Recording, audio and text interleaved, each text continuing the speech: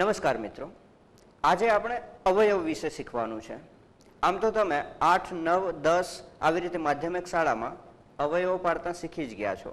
બસ એનું પુનરાવર્તન કરવાનું છે. અવયવ છે શું? તો અવયવ એટલે કે તેના નાનામાં નાના અવિભાજ્ય ઘટકોમાં ફેરવવાની પ્રક્રિયા એટલે અવયવ પાડવા. અને એ અવયવ પાડવા એની બે રીત છે.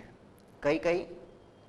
એક ગુણાકારની રીત અને બીજી ભાગાકારની રીત. ચલો જોઈએ, આપણે બંને રીતોને સમજીએ. ગુણાકારની રીત.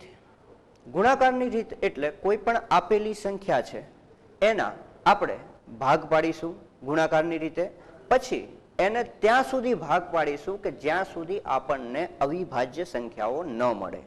દાખલા તરીકે 24. 24ના અવયવ પાડવા છે તો પહેલા હું 2 ભાગ પાડીશ જે મને આવડતા હોય. એટલે મેં કહ્યું કે 2 ગુણ્યા 12 24 થાય. ચલો, એમાં 2 અવિભાજ્ય સંખ્યા મને મળી ગઈ છે એટલે એના ભાગ પાડવાની જરૂર નથી, મેં મૂકી દીધી. 12 છે એના 2 ભાગ હજી પડે કારણ કે એને ભાગી શકાય છે.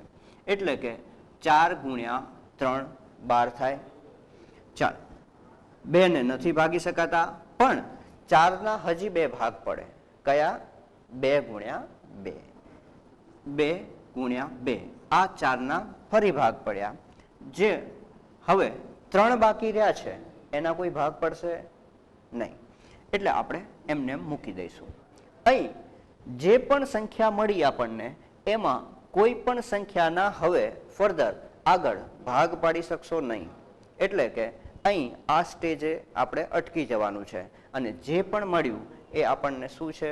આપણા માટે 24ના અવયવો મળ્યા છે. હા, અવયવોમાં એ ખાસ ધ્યાન રાખવાનું કે જે પણ તમે અવયવો પાડ્યા છે અને મળ્યા છે એનો ગુણાકાર કરો તો તમને મૂળ સંખ્યા મળવી જોઈએ. એટલે કે 2 ગુણ્યા 2 4 ગુણ્યા 2 8 ગુણ્યા 3 24, એટલે કે આપણી મૂળ સંખ્યા છે. હવે જો તમને મૂળ સંખ્યા મળી ગઈ મતલબ કે આપણા અવયવ સાચા છે. એટલે આપણે એવું કહી શકીએ કે 24ના અવયવ કયા કયા? તો 2 ગુણ્યા 2 ગુણ્યા 2 ગુણ્યા 3 આ અવિભાજ્ય અવયવો પડ્યા. જોઈએ ભાગાકારની રીત. ભાગાકારની રીત એ ગુણાકારની રીત કરતાં વધારે સરળ છે. જોઈએ, આપણે ઉદાહરણ દ્વારા એને સમજીએ કે 24ના અવયવ પાડવા છે. 24ના અવયવ ભાગાકારની રીતે પાડવા છે એટલે આપણે શું શીખ્યા હતા?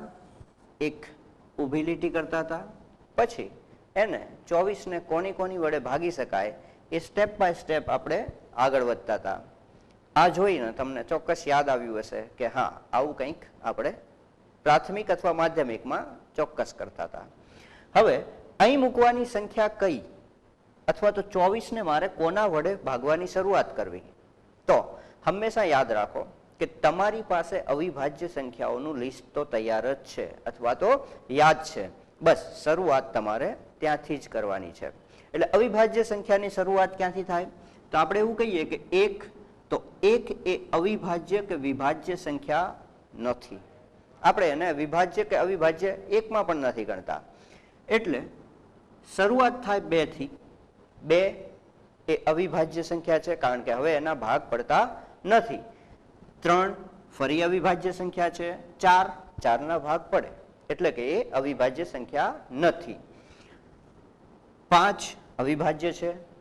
6 6ના ભાગ પડે એ અવિભાજ્ય નથી. 7 7ના ભાગ ન પડે એટલે કે અવિભાજ્ય છે. 7 પછી આવે 8, એના ભાગ પડે. 9ના પણ ભાગ પડે. 10ના પણ પડે. 11ના નથી પડતા. તો આવી રીતે અવિભાજ્ય સંખ્યાઓ તો તમે જાણો જ છો. તો હંમેશા શરૂઆત અવિભાજ્ય સંખ્યામાં નાની સંખ્યાથી કરવાની.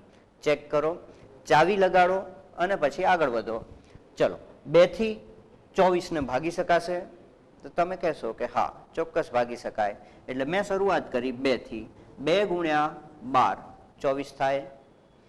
ચાલો, હવે મારી પાસે 12 આવ્યા. 12ને મારે ભાગવા છે. કોના વડે ભાગીશ? તો હંમેશા જેનાથી શરૂઆત કરી છે એનાથી પહેલા ટ્રાય કરો. એટલે કે હજી પણ 2 વડે હું 12 ને ભાગી શકીશ. તો શરૂઆત કરીશ 2 ગુણ્યા 6 12. હવે 6 ને હું 2 વડે ભાગી શકીશ? હા, ચોક્કસ. એટલે મેં પાછું લખ્યું 2 ગુણ્યા 3 6 થાય. ચાલો, હવે 3 ને હું 2 વડે ભાગી શકીશ? તો તમે કહેશો કે નહીં. તો હવે કોનો વારો આવ્યો? 2 પૂરો થઈ ગયો, હવે 3 નો વારો આવ્યો. તો 3 વડે હું 3 ને ચોક્કસ ભાગી શકીશ. એટલે મેં લખ્યું 3 એકા 3. તમને થશે કે આ પ્રક્રિયા ક્યાં સુધી કરવી? તો આ પ્રક્રિયા જ્યાં સુધી તમને છેવાડે 1 ન મળે ત્યાં સુધી કરવાની છે. અહીં આપણી પ્રક્રિયા 1 મળ્યો એટલે પૂરી થઈ ગઈ. હવે જે આ તરફ તમને જે સંખ્યાઓ મળી એ બીજું કંઈ જ નહીં પણ 24 ના અવયવ છે. એટલે કે આપણે એવું લખી શકીએ કે 24 ના અવયવ કયા કયા મળ્યા આપણને?